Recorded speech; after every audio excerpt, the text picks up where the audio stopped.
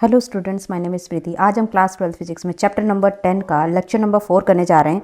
इस लेक्चर में मुझे जो टॉपिक कवर करना है वो है theory of fringes in interference. जब आप इंटरफेरेंस कराते हैं तो फ्रिंजेस की क्या थ्योरी होती है, इसको हम लोग बात करने जा रहे हैं। पहला जो टॉपिक है मेरा थ्योरी ऑफ फ्रिंजेस। ठीक है, तो सबसे पहले हम फ्रिंजेस के पैटर्न के बारे में जानते हैं। जैसे सपोज मेरे पास ये एक सिंगल सोर्स है, ठीक है, उसके बाद मैंने ये डबल स्लिट लगाई, यहाँ पे ये डबल स्लिट है आपकी, ठीक है। इसके बाद मैंने यहाँ पे इस स्क्रीन पे मैं पैटर्न ऑब्जर्व करूँगी। ये दो स्क्रीन के बीच में जो डिस्टेंस होगा डी होगा, जो स्लिट की डिस्टेंस होगी वो होगी स्मॉल डी। ये आपका सोर्स S1 है, ये आपका सोर्स S2 है, ये आपका सिंगल सोर्स है, चूंकि कोहेरेंट सोर्स हम लोग लेते हैं, ठीक है। अब यहाँ पे जो मुझे ऑब्जर्व देखिए, यहाँ पे इसको जो सेंट्रल पे जो फ्रिंज बनेगी ये ब्राइट फ्रिंज होगी। सेंट्रल पे ये होगी आपकी ब्राइट फ्रिंज, ठीक है। अब मुझे यहाँ पे ये देखना है कि अगर मैं सपोज इसकी इस स्लिट S2 से यहाँ पे ऊपर अगर किसी पैटर्न में मुझे ऑब्जर्व करना है और ये स्लिट S1 से जो मुझे ऑब्जर्व करना है, तो देख के मुझे जो लग रहा है, देखिए इसको जब मैं यहाँ पे मिलाऊंगी और जब मैं इसको यहाँ पे मिलाऊंगी, ठीक है, तो ये आपका O डैश था। यहाँ पे जो सेंटर पे आपकी ब्राइट फ्रिंज बनी थी ये तो आपका O, ठीक है। ये आपका A है, ये है आपका B, ठीक है। तो यहाँ से जब मुझे ऑब्जर्व करूँ, देखिए ये जो पहला एंगल जो आपका बन रहा है इस पे, ठीक है, ये जो इस पे जो सेंटर पे O पे जो डिस्टेंस होगी ये है आपका थीटा। तो ये जो है आपकी डिस्टेंस है D, ठीक है। और सपोज ये x डिस्टेंस पे ये आपका कोई पैटर्न ऑब्जर्व हुआ है, मुझे नहीं पता ये ब्राइट बन रही है डार्क बन रही है, जो भी बन रही है, ठीक है। अब कंस्ट्रक्टिव इंटरफेरेंस की क्या कंडीशन मैंने बताई थी। कंस्ट्रक्टिव इंटरफेरेंस की जो कंडीशन होती है, सबसे पहली बात तो क्रेस्ट के ऊपर क्रेस्ट गिरता है, क्रेस्ट के ऊपर क्रेस्ट को होना चाहिए, ठीक है, फर्स्ट कंडीशन।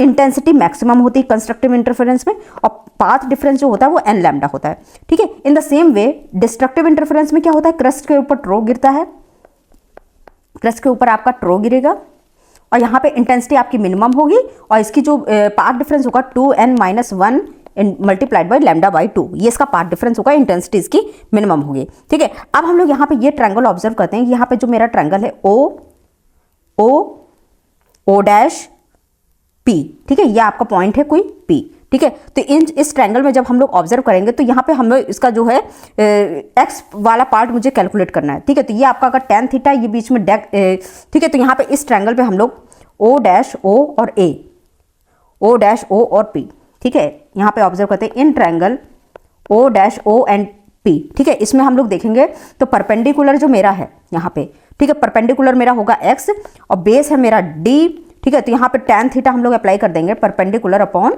बेस, ठीक है। तो इसको जब हम लोग अप्लाई कर देंगे तो यहाँ पे ये जो परपेंडिकुलर बेस परपेंडिकुलर आपका x था अपॉन d, ये tan theta x by D आ गया आपका, tan theta is equal to x by D. अब मैं क्या करती हूँ, इस छोटे से पार्ट को यहाँ पे कट कर लेती हूँ।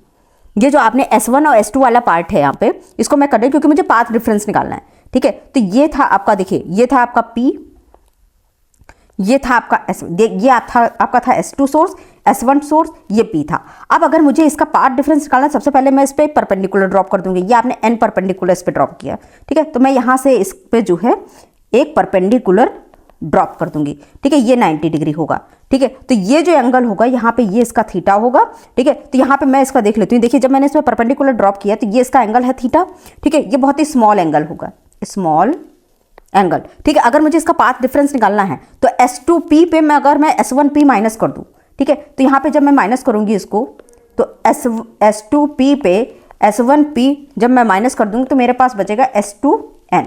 ये आपका है पाथ डिफरेंस, ठीक है। ये आपने पाथ डिफरेंस यहाँ पे निकाल लिया, ठीक है। अब ये थीटा बहुत ही स्मॉल। अब हम इस ट्रायंगल में जो है ये कंडीशन अप्लाई कर देते हैं। जब मैं इस पे परपेंडिकुलर ड्रॉप कर दूंगी, ठीक है, तो देखिए ये स्लिट के बीच की जो डिस्टेंस है वो तो d है, ठीक है। यहाँ पे जो स्लिट के बीच की डिस्टेंस है d है, ये थीटा है, ठीक है। तो यहाँ पे ये अगर मैं इसको ऑब्जर्व करूँ, साइन थीटा इसमें अप्लाई करूँ तो साइन थीटा क्या होगा, परपेंडिकुलर, ये है आपका पाथ डिफरेंस, ये जो है आपका, ये आपका है पाथ डिफरेंस, और इसका जो हाइपोटेन्यूज है वो है d, ठीक है। तो इस पर मैं जब अप्लाई करूंगी in triangle S1 S2 N, तो हाइपोटेन्यूज कितना है वो स्मॉल d है, और P जो डेल्टा P है वो आपका S2N है, विच इज पाथ डिफरेंस, ठीक है। ये क्या है आपका पाथ डिफरेंस जो मैंने निकाला है, पाथ डिफरेंस होगा। तो साइन थीटा हम लोग इसमें अप्लाई कर देंगे परपेंडिकुलर अपॉन हाइपोटेन्यूज, ठीक है। तो sine theta is equal to delta P upon D, ये आपका साइन थीटा निकाला है, ठीक है। tan थीटा आपने निकाला था x बाई डी, और ये साइन थीटा आपका आ गया ये।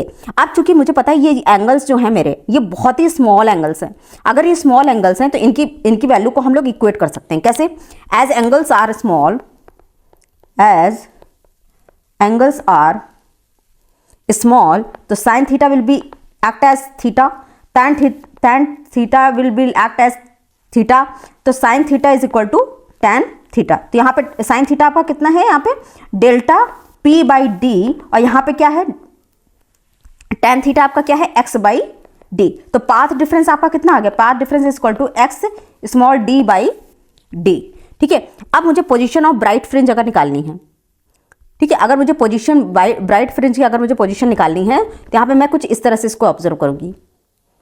Position of bright fringe of bright fringe, bright fringe की पोजीशन हम लोग किस तरह से निकाल सकते हैं। ठीक है, तो for constructive interference, for constructive interference delta P is equal to N lambda. ठीक है, तो X D by D, delta P आपका ये था, एन लैम्डा आपका वो था। ठीक है, तो इसका पाथ डिफरेंस अगर मुझे निकालना है तो कितना हो जाएगा, एक्स मतलब इसकी जो डिस्टेंस जहां पे उसकी फ्रिंजेस का पैटर्न ऑब्जर्व होगा ब्राइट फ्रिंज का, तो N lambda D by D. ठीक है, तो x1 अगर मैं निकालूंगी तो n की वैल्यू 1 रखूंगी मैं। ठीक है, तो यहाँ पे क्या हो जाएगा, lambda D by D, N is equal to 1, ये आपकी होगी फर्स्ट ब्राइट फ्रिंज। ठीक है, x2 में लिखूंगी तो यहाँ पे 2 lambda D by D when n is equal to 2, second bright fringe, this is second bright fringe. इस तरह से आप निकाल सकते हैं सारी ब्राइट फ्रिंजेस। देखिए सेंट्रल पे तो ब्राइट फ्रिंज बनेगी ही बनेगी, जो सेंट्रल से, मैं सेंट्रल से जो बनेगी दूसरी वाली वो आपकी होगी फर्स्ट ब्राइट फ्रिंज। ठीक है, तो आपकी जो स्क्रीन पर जो पैटर्न मिलेगा वो कुछ इस तरह से बनेगा। ठीक है, यहाँ पे देखिए सेंट्रल पे आपकी ब्राइट फ्रिंज है, फिर डार्क है, फिर आपकी ब्राइट फ्रिंज है, फिर डार्क है। तो यहाँ पे ये देखिए ये कुछ पैटर्न पे इस तरह से मिलेंगी आपको, ये ब्राइट है, ये डार्क है। ठीक है, तो ये तो आपकी थी सेंट्रल पे ब्राइट, ये आपकी सेंट्रल पे थी, सेंटर पे, तो ये तो आपकी ब्राइट फ्रिंज थी, आपको पहले से ही पता ब्राइट फ्रिंज। उसके बाद का जो पैटर्न होगा, जो अगली ब्राइट फ्रिंज आएगी मेरी, वो होगी लैम्डा डी बाई डी। अब जिस इसके बाद वाली जो ब्राइट फ्रिंज होगी वो होगी 2 लैम्डा डी बाई डी, और जो इसके बाद वाली जो ब्राइट फ्रिंज होगी तीसरी वाली वो होगी 3 लैम्डा डी बाई डी। इस तरह से ये सारी होंगी ब्राइट फ्रिंजेस, ये आपकी होंगी सारी ब्राइट फ्रिंजेस। अब इन द सेम वे हम लोग डार्क फ्रिंजेस की कैलकुलेशन कर लेते हैं। पोजीशन ऑफ डार्क फ्रिंजेस, इसमें क्या करना है, फॉर डिस्ट्रक्टिव इंटरफेरेंस,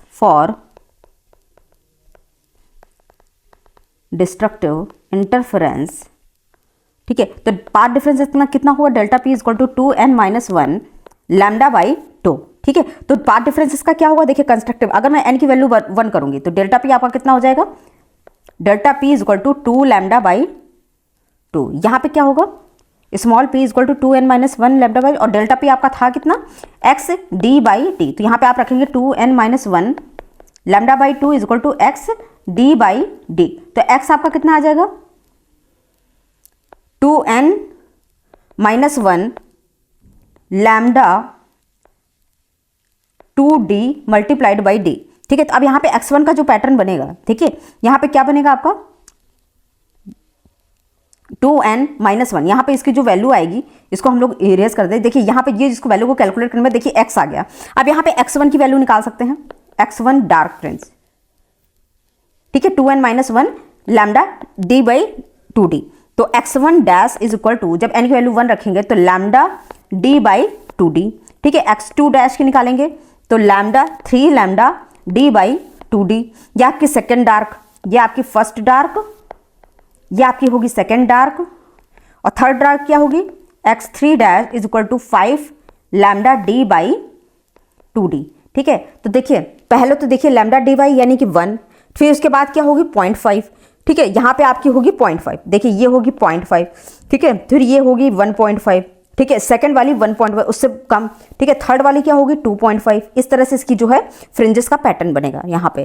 ठीक है, तो थर्ड वाली आपकी, इसी तरह से आप सारी फ्रिंजेस के पैटर्न निकाल सकते हैं। तो होगा क्या, इनकी डिस्टेंस हम लोग देख लेते हैं। देखिए जो मैंने फ्रिंजेस के पैटर्न निकाले थे यहाँ पे, ठीक है, अब यहाँ पे देख लेते हैं जो मेरी पहली डार्क फ्रिंज आएगी। ठीक है, जो पहली डार्क मेरी फ्रिंज आएगी वो होगी लैम्डा d बाई 2d। जो दूसरी डार्क फ्रिंज आएगी 3 lambda d by D, d/2d, 3 lambda d/2d। जो उसकी अगली डार्क फ्रिंज आएगी वो आएगी 5 लैम्डा d/2d। से इस तरह से इसकी डार्क फ्रिंजेस का पैटर्न मुझे देखने को मिलेगा स्क्रीन पे। ठीक है, तो ये मैंने डार्क फ्रिंजेस का पैटर्न देख लिया। ठीक है, इसकी कैलकुलेशन हो गई। फिर उसके बाद मैंने ब्राइट फ्रिंजेस की कैलकुलेशन कर ली। इनका पैटर्न किस तरह से ऑब्जर्व होगा स्क्रीन पे वो भी मैंने बात कर ली है। अब हम लोग सेंट्रल मैक्सिमा से ये बात करते हैं कि ये किस तरह से पैटर्न दिखते हैं। एक्चुअली एक सिंगल स्क्रीन पे अगर मुझे पैटर्न देखने होंगे तो मैं किस तरह से देखूंगी। देखिए, ये आपका सेंट्रल ब्राइट है, फिर उसके बाद डार्क फ्रिंज है आपकी, फिर उसके बाद सेंट्रल ब्राइट है, फिर डार्क फ्रिंज है, फिर आपका सेंट्रल ब्राइट है, फिर डार्क फ्रिंज है यहाँ पे, फिर सेंट्रल ब्राइट है, फिर डार्क फ्रिंज है। तो यहाँ पे कुछ होगा कैसे, ये देखिए आपकी सेंट्रल ब्राइट है तो इसकी तो मुझे पता है लैम्डा d/d। ठीक है, ये तो आपकी है। लेकिन जो पहली जो मेरी आएगी, पहली जो डार्क फ्रिंज आएगी मेरी यहाँ पे, तो लैम्डा d/2d, जो पहली डार्क फ्रिंज लैम्डा d/2d। फिर जो उसके बाद वाली जो तीसरी स्क्रीन आएगी मेरे पास, देखिए ये सेंट्रल वाली की तो कैलकुलेशन होगी नहीं। ठीक है, तो जो मेरी पहली जो अगली वाली आएगी वो लैम्डा d/d। फिर उसके बाद तीसरी जो डार्क फ्रिंज आएगी वो आएगी 3 लैम्डा d/2d। फिर उसके बाद अगली जो आएगी मेरी 2 लैम्डा d/d। ठीक है, फिर उसके बाद अगली मेरे पास जो डार्क आएगी वो 5 लैम्डा d/2d। इस तरह के पैटर्न देखिए, पहले आपको जो मिली थी 0 थी, फिर उसके बाद यहाँ देखिए यहाँ पे थी 0, 0.5, 1, 1.5, 2, 2.5। इस तरह से ब्राइट और डार्क फ्रिंजेस का पैटर्न आपको इस पैटर्न में देखने को मिल जाता है।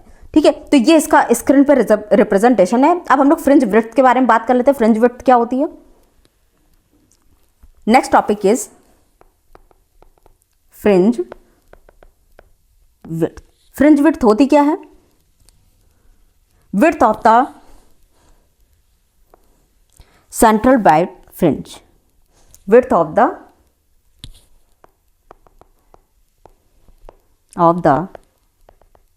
Central bright fringe.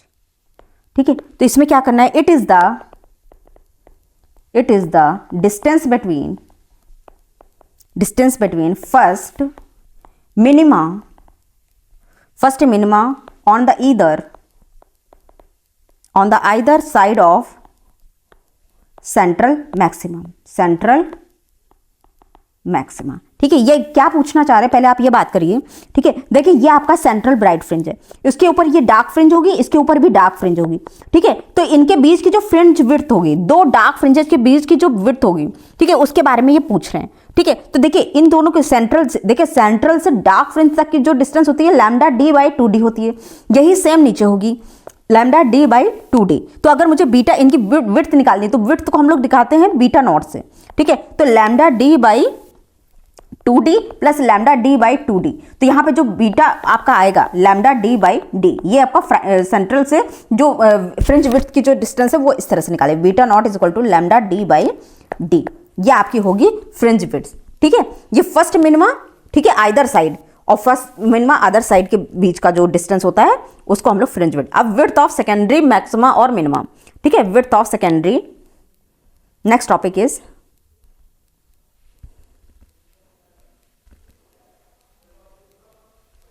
width of secondary maxima and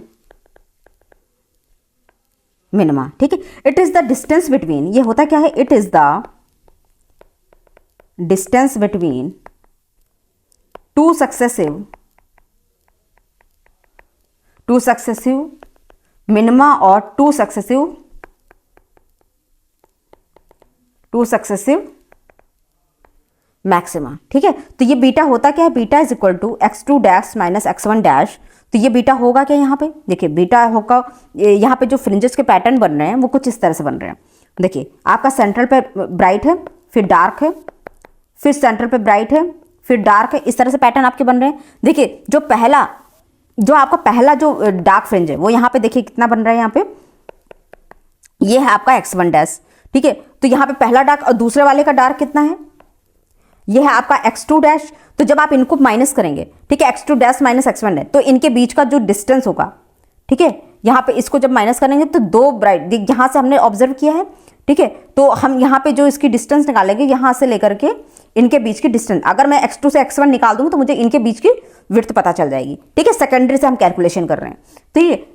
तो इसका हो जाएगा beta x2 minus x1 dash. तो यहाँ पे x2 सेकेंड डार्क फ्रिंज मेरी क्या होती है, beta is equal to 3 lambda D by 2d, और जो फर्स्ट मेरी होती है वो होती है लैम्डा डी बाई 2d। इनको जब कैलकुलेट करके निकालेंगे हम लोग तो यहाँ पे आ जाएगा मेरा 4 लैम्डा डी बाई 2d, ठीक है। तो 2 लैम्डा,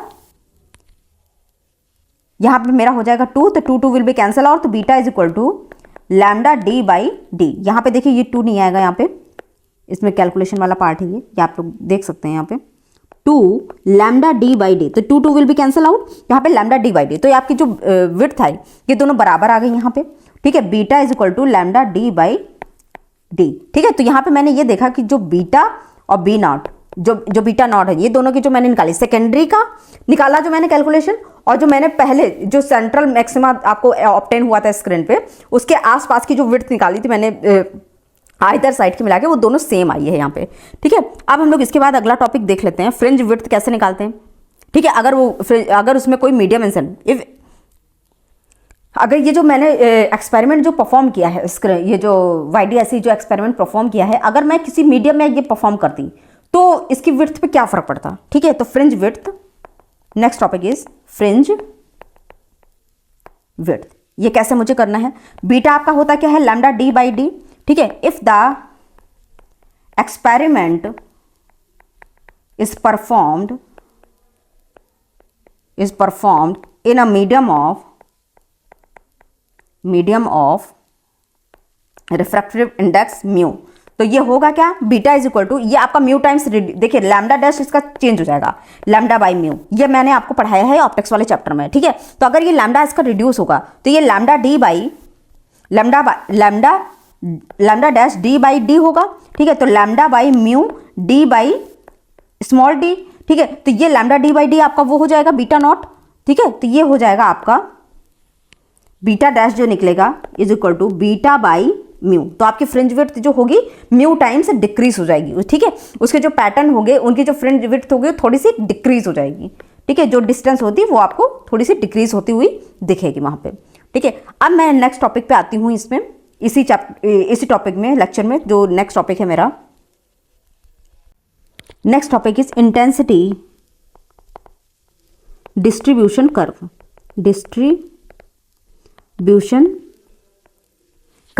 ठीक है। इंटेंसिटी डिस्ट्रीब्यूशन कर्व एक्चुअली क्या होता है, सबसे पहले तो आपको ये पता होना चाहिए कि जो मैंने इंटेंसिटी मैक्सिमम का जो फॉर्मूला बताया था आपको, आई मैक्सिमम आपका क्या होता है, √I1 प्लस √I2 का होल स्क्वायर, ये आपका आई मैक्सिमम होता है। इन YDSE जब आप यंग डबल स्लिट एक्सपेरिमेंट करते हैं तो I1 is equal to I2 is equal to I0, ये हो जाता है। तो आपका आई मैक्सिमम कितना हो जाएगा, ट्वाइस ऑफ √I0 का whole square which is 4I0। इसी तरह आप आई मिनिमम निकाल सकते हैं, आई मिनिमम क्या होता है, √I1 माइनस √I2 का होल स्क्वायर। देखिए यहाँ पे जब मैं I1 is equal to I2 is equal to I0 put करूंगी तो ये आ जाएगा मेरा 0, ठीक है। तो अगर ये इंटेंसिटी 0 हो जाएगी, ठीक है, तो आई मिनिमा मेरा कितना हो जाएगा 0, ठीक है। और आई मैक्सिमा आपका कितना आया है, वो आया 4I0, ठीक है। तो इसका जब मैं कर्व ड्रॉ करूंगी, इसका कर्व कुछ इस तरह से आएगा। देखिए आपकी सेंटर पे देखिए सबसे ब्राइट फ्रिंज मिल रही मुझे, इंटेंसिटी सबसे ज्यादा है, ठीक है। तो यहाँ पे देखिए ये 4I0 है, 4I0 यहाँ पे इंटेंसिटी मैक्सिमम है। फिर उसके बाद मिनिमम इंटेंसिटी होगी 0 होगी, फिर मैक्सिमम होगी, फिर 0 होगी, इस तरह से होगी यहाँ पे इंटेंसिटी इस तरह से, ठीक है। फिर मैक्सिमम होगी, फिर 0 होगी। तो यहाँ पे x बराबर 0 पर सबसे ज्यादा मैक्सिमम इंटेंसिटी है, ठीक है। फिर उसके बाद जो सेकंड डार्क फ्रिंज होगी लैम्डा डी बाई 2d आएगी, ठीक है, वो उसकी सेकंड डार्क फ्रिंज होगी। फिर हमारी यहाँ पे भी इसी साइड पे लैम्डा डी बाई 2d होगी। फिर उसके बाद जब मेरी ब्राइट फ्रिंज आएगी, यहाँ पे जो इस सेंट्रल से जो ब्राइट फ्रिंज आएगी वो लैम्डा डी बाई डी आएगी, ठीक है। फिर उसके बाद यहाँ पे भी यही सेम कहानी चलेगी, लैम्डा डी बाई डी आएगी ब्राइट फ्रिंज जो आएगी। इसी तरह यहाँ पे जब आगे डार्क फ्रिंज आएगी तो 3 लैम्डा डी बाई 2d आएगी। फिर इसी तरह यहाँ पे भी 3 lambda D by 2d, 3 lambda D by 2d। ये इस तरह से इसके इंटेंसिटी डिस्ट्रीब्यूशन कर्व आपको ड्रॉ करना है। अब हम लोग बात करते हैं conservation of energy in interference. Next topic is conservation of energy, conservation of energy in interference. ठीक है, इसमें क्या करना है मुझे, सबसे पहले इन interference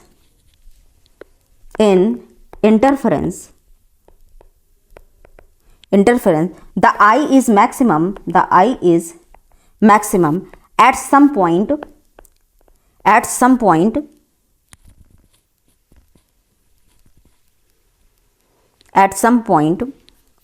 and I is minimum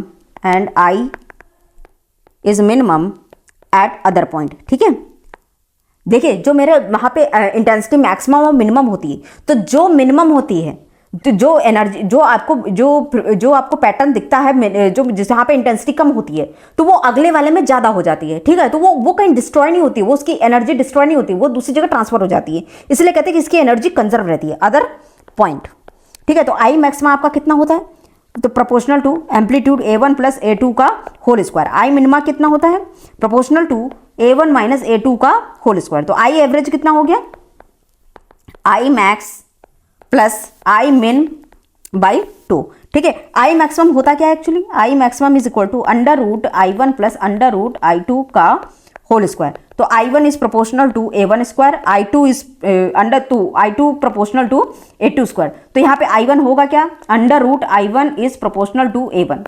ठीक है, under root i2 is proportional to a2, i2 is proportional to a2। ठीक है, तो यहाँ पे जब हम इसकी वैल्यूज को पुट करेंगे तो a1 प्लस a2 का whole square plus a1 minus a2 का होल स्क्वायर बाई 2, तो a1 square plus a2 square plus twice a1 a2 plus a1 square plus a2 square minus twice a1 a2, ये cancel हो जाएगा यहाँ पे। ठीक है, तो यहाँ पे आपका जो बचेगा a1 square plus a2 square, इसकी इंटेंसिटी ये बचे। तो एवरेज इंटेंसिटी आपकी आई कितनी है यहाँ पे, ठीक है, तो I average is equal to proportional to a1 square plus a2 square. ठीक है, ये मैंने इंटेंसिटी निकाल ली मैक्सिमम और मिनिमम से। ठीक है, जब मैक्सिमम कभी होगी कभी मिनिमम होगी, तो इसका जो एवरेज मैंने निकाली है, तो वो एवरेज इंटेंसिटी आपकी आई है a1 square plus a2 square. If there is no interference pattern, ठीक है, हम लोग वहां पे देख लेते, if there is no interference pattern the intensity at each and every point is same। ठीक है, I is proportional to I1 plus I2। ठीक है, तो I होगा क्या, I is equal to I1 plus I2 plus 2 root I1 under root I2 cos 5। तो आई होगा क्या, देखिए अगर यहाँ पे एवरेज इंटेंसिटी अगर आपकी 0 है, ठीक है, तो यहाँ पे ये वाली पार्ट मेरी 0 हो जाएगी। ठीक है, यहाँ पे अगर इंटेंसिटी अगर इसकी सेम है, तो यहाँ पे ये तो 0 हो जाएगी। तो I is equal to I1 plus I2। अब मुझे ये पता है I1 प्लस I2 ये हो जाएगा। अब I is proportional to A1 square. ठीक है, तो I यहाँ पे कितना हो जाएगा, A1 square plus A2 square. तो देखिए यहाँ पे वही इंटेंसिटी सेम आ गई। ठीक है, hence energy is conserved in interference, hence energy is conserved in interference। ठीक है, अगर उनका देखिए अगर कोई इंटरफेरेंस पैटर्न नहीं है ना, तो यहाँ पे ये जो पाई वाला टर्म है ये आपका 0 हो जाएगा यहाँ पे। ठीक है, तो ये अगर आपका 0 हो जाएगा, ठीक है, तो यहाँ पे ये देखिए I is equal to I1 plus I2 और I is proportional to I1 is equal to A1 square. ठीक है, और I2 is equal to A2 square. ठीक है, तो यहाँ पे हम लोग कह सकते हैं the amount of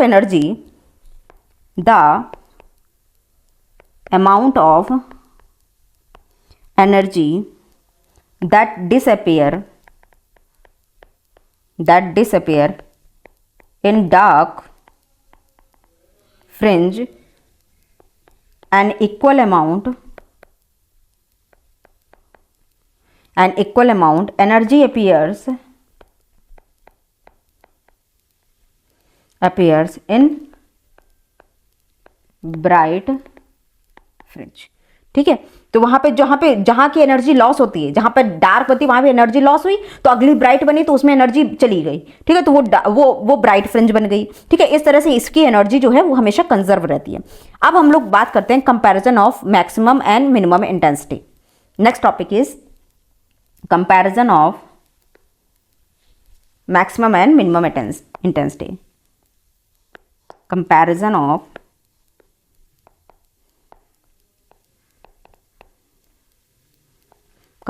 of maximum and minimum intensity. ठीक है, तो यहाँ पे आई मैक्सिमम आपका कितना होता है, I maximum is equal to under root I1 plus under root I2 का होल स्क्वायर। आई मिनिमम आपका कितना होता है, under root I1 minus under root I2 का होल स्क्वायर।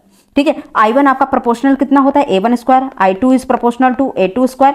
यहाँ पे under root I1 is equal to KA1, under root KA1। ठीक है, तो ये जब इसको हटाएंगे तो यहाँ पे ये दोनों में अंडर रूट, तो इसी तरह under root I2 is equal to under root KA2, ये इस तरह से बन जाएगा। ठीक है, जब आप इसको कैलकुलेट करेंगे। ठीक है, अब इसके बाद होगा क्या, और जब मैं आई मैक्सिमम को कैलकुलेट करूंगा, I maximum is equal to under root KA1 plus under root KA2 का होल स्क्वायर।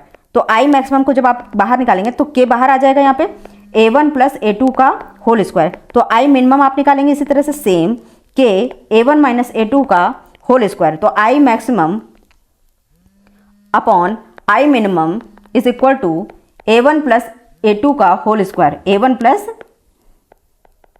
A2 का whole square upon A1 minus A2 का होल स्क्वायर। ठीक है, तो ये आपकी मैक्सिमम और मिनिमम इंटेंसिटी का रेशियो आपने निकाल लिया। ठीक है, आपको डायरेक्ट इसमें वैल्यूज़ को रख के इसका न्यूमेरिकल में इसको यूज़ करना है। ठीक है, तो नेक्स्ट मेरा जो फॉर्मूला बन के आया है यहाँ पे, I maximum is equal to A1 plus A2 का whole square upon I minimum A1 minus A2 का whole square. This is the important formula. ठीक है, अब एम्पलीट्यूड आपको जब भी गिवन होगा तो एम्पलीट्यूड रेशियो गिवन होगा, amplitude ratio is equal to A1 by A2। ठीक है, I maximum upon I minimum, मैं यहाँ पे क्या करूँगी, अगर मैं इसमें से A2 कॉमन ले लेती हूँ।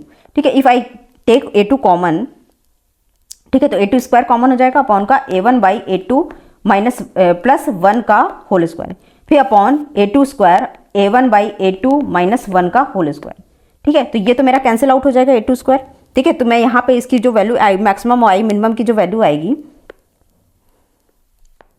आई maximum upon I minimum is equal to A1 by A2 plus 1 का whole square upon A1 by A2 minus 1 का whole square, which is I max upon I minimum is equal to R plus 1 का whole square, R minus 1 का whole square. This is the maximum और minimum intensity का ratio. तो यहाँ पे R आपका क्या है, देखिए R is equal to A1 by A2 which is under root I1 upon under root I2। ठीक है, if the width of the slits are W1 and W2। ठीक है, if the width of the slits are W1 and W2, W1 by W2 is equal to I1 by I2 is equal to A1 by A2 का whole square is equal to R square. ठीक है, ये इसका आप लोग इस तरह से निकाल सकते हैं। ठीक है, तो ये विड्थ का भी आप लोग रेशियो निकाल सकते हैं। ठीक है, क्या इसका अगर आपको कुछ भी इसमें से कोई भी वैल्यू गिवन है तो आप इससे जो है विड्थ का रेशियो, इंटेंसिटी का रेशियो, एम्पलीट्यूड का रेशियो, वो सब कुछ आप इससे निकाल सकते हैं। ठीक है, अब हम लोग बात करते हैं sustained interference. Sustained interference, sustained interference. Sustained interference क्या होता है, the interference in which the position, the interference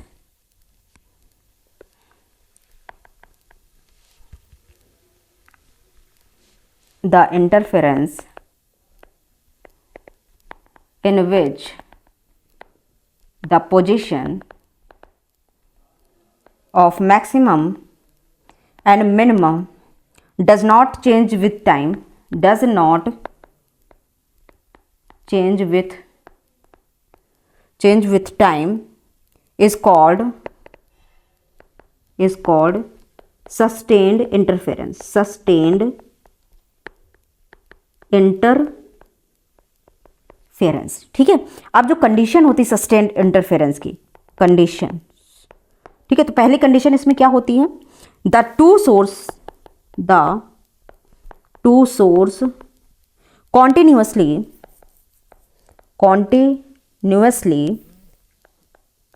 emit waves of same frequency।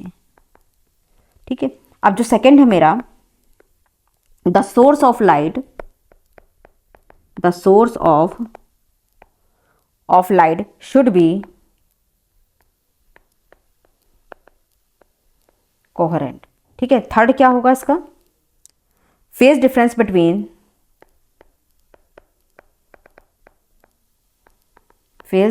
Between the two waves should B स्मॉल। ठीक है, उनके बीच का जो फेज डिफरेंस है वो बहुत ही छोटा होना चाहिए। ठीक है, अगली कंडीशन इसकी क्या है, तीन कंडीशन है, the to source continuously emit waves of same frequency. ठीक है, तो यहाँ पे जो अगला जो मेरी इसकी कंडीशन होगी, the light should be monochromatic. ठीक है, फोर्थ कंडीशन इसकी क्या होगी, the light should B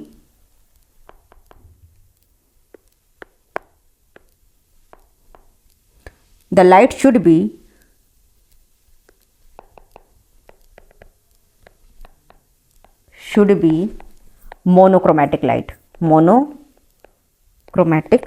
light, the width of the slit should be small, the width of the slit should be